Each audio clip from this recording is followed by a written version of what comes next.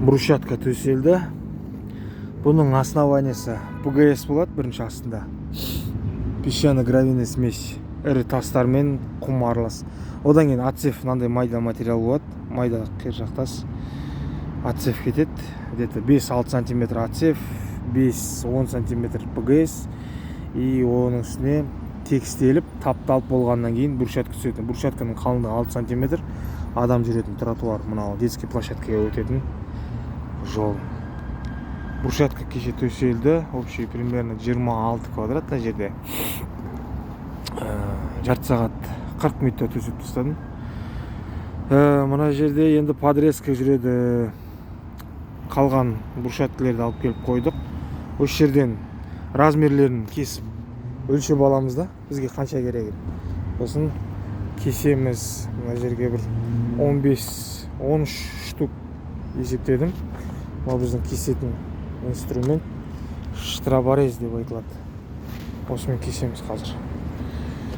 И мына жағына, екі жағына да поребрик қойылады. Поребрик деген бордюрдің кішкентай қалыңдығы 20 см, биіктігі 20 см болады, ұзындығы 1 метр, қалыңдығы 8 см.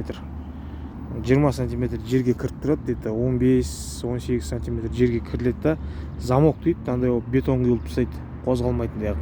Сонымен бұл брусчатканы, плитканы ұстап тұрады. Мына жақта асфальт ұстап тұр, поребрик. Бордюрдің кішкентайын поребрик дейді ол. Міне поребриктің өзі төселмеген дайын күйі. Биіктігі 20 см, былайынан 20, ұзындығы 1 метр, қалыңдығы 8 см болады. Жолдың жиегіндегі барлық поребриктер осындай поребрик. Бұның бәрі поребрик. Олай қарай кеткен екі жағының бәрі поребрик. Осы материалдан жасалған. Сонымен екі айналдыра қоршап, брусчатка жылжып кетпес үшін айналдыра қоршаймыз осымен. Мына жағынан қоршалып тұр, бетон құйылып, енді мына жағынан кесу жұмыстары қалып тұр ғой бірыңғай. Подрезка мына жерде кесіледі. Поребрик қалған бәріне брусчатка кесіледі. Мына жағынан поребрикпен тоже жауып тастаймыз.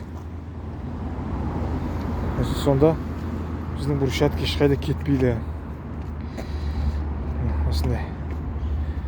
Плитканың размері қалыңдығы 6 см, ені 30, ұзындығы 60 см. Дорожная плитка дейді.